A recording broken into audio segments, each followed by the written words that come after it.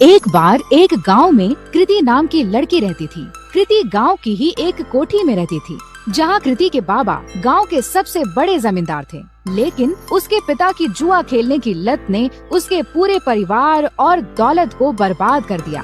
कृति के परिवार में कोई नहीं था। असल में कृति के पापा ने एक बार जुआ खेलते समय अपना सब कुछ दांव पर लगा दिया और वो हार गए। जुए में हारने पर दौलत तो गई ही गई, साथ ही साथ कृति की माँ ने भी तंग आकर जहर खा लिया। कृति की माँ के बाद उसके पिता भी ज्यादा दिन नहीं जिए और ज्यादा शराब पीने से उनका लिवर फेल हो गया और उनकी मौत हो गई। अपने पिता की इस जुए की आदत का सबसे बड़ा शिकार बनी अनाथ कृति। उस बेचारी का क्या दोष था? अब ना ही उसका कोई ख्याल रखने वाला था और ना कोई रोटी देने वाला। पेट पालने के लिए मजबूरन कृति गाँव के घरों में झाड़ू पोछा करती। कृति का ये सब करने का बिल्कुल भी मन नहीं करता, क्योंकि जिस घर में वो काम करती थी उसका मालिक उसे बुरी नजरों से देखता था। लेकिन 2 वक्त की रोटी के लिए कृति ये सब भी झेल लेती थी। कृति रोज सुबह सुबह गांव के मंदिर में जाती और अपनी दर्द भरी कहानी भगवान को सुनाती। हे ईश्वर, किस जन्म का तू मुझसे बदला ले रहा है? क्योंकि इस जन्म में तो मैंने किसी का भी बुरा नहीं किया। अब तू ही बता, अगर मेरा बाप जुआ खेलता था तो क्या इसमें मेरी गलती है? मैंने तो हर बार उन्हें जुआ खेलने से रोका, यहाँ तक कि रोकने के चक्कर में मार भी खाई, लेकिन हमेशा यह विश्वास रहा कि एक दिन तू सब ठीक कर देगा। मैंने तुझ पे भरोसा किया और तूने मेरे भरोसे का आज मुझे ये सिला दिया। न खाना है न कोई अपना, काम पे भी मालिक बुरी नजर से देखता है। क्या यही तेरी महिमा है? कृति की आंखों में आंसू भर आए और वो वहीं बैठकर फूट फूट कर रोने लगी। लेकिन कृति ने आंसू पोंछे और वहाँ से उठकर जाने लगी कि तभी उस मंदिर के बाहर एक बूढ़ा आदमी दिखा जो उसे घूर रहा था। कृति को लगा कि ऐसे ही कोई भिखारी होगा जो उसे रोता हुआ देखकर घूर रहा हो। कृति उस पर बिना ध्यान दिए वहाँ से तुरंत अपने घर चलती बनी।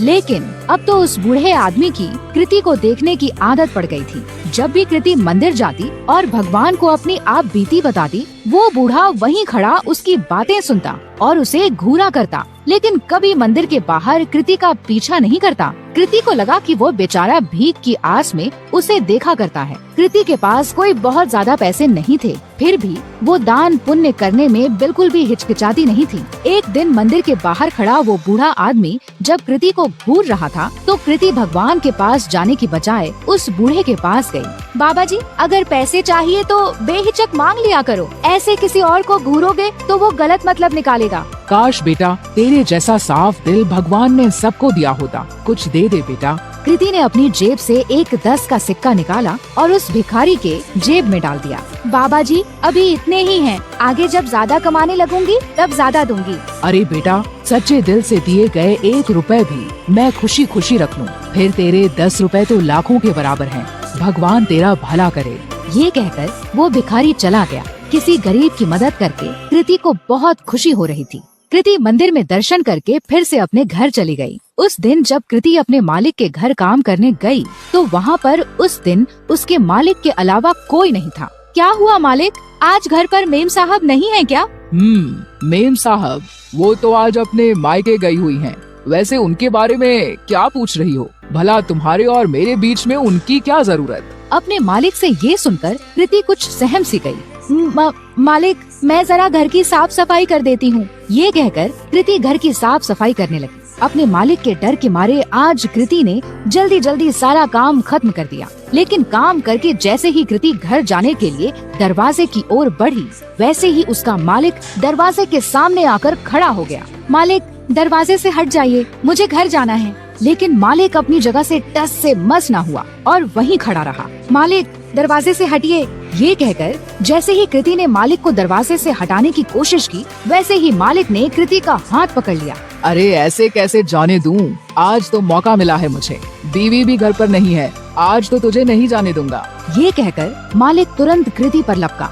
डरी सहमी कृति तुरंत अपनी इज्जत बचाने के लिए भागी, लेकिन उसका मालिक उसका पीछा नहीं छोड़ रहा था। तभी एक कोने में कृति को डंडा पड़ा हुआ दिखा और वो उसके पीछे दौड़ी। अब की बार कृति का मालिक जैसे ही उसे पकड़ने के लिए लपका, वैसे ही कृति ने उस डंडे को उठाकर उस मालिक के सर पर दे मारा और तुरंत दरवाजे से निकलकर वहाँ से भाग गई। फूट फूट कर रोती कृति बिना रुके भागती जा रही थी। भागते भागते रात में कृति उस मंदिर पहुंची जहां वह रोज सुबह जाती थी। मंदिर में पहुंचते ही कृति भगवान की मूर्ति के चरणों में जा गिरी। हे ईश्वर, क्या मेरा पैदा होना ही गुनाह है जो तू मुझे इतनी बड़ी सजा दे रहा है?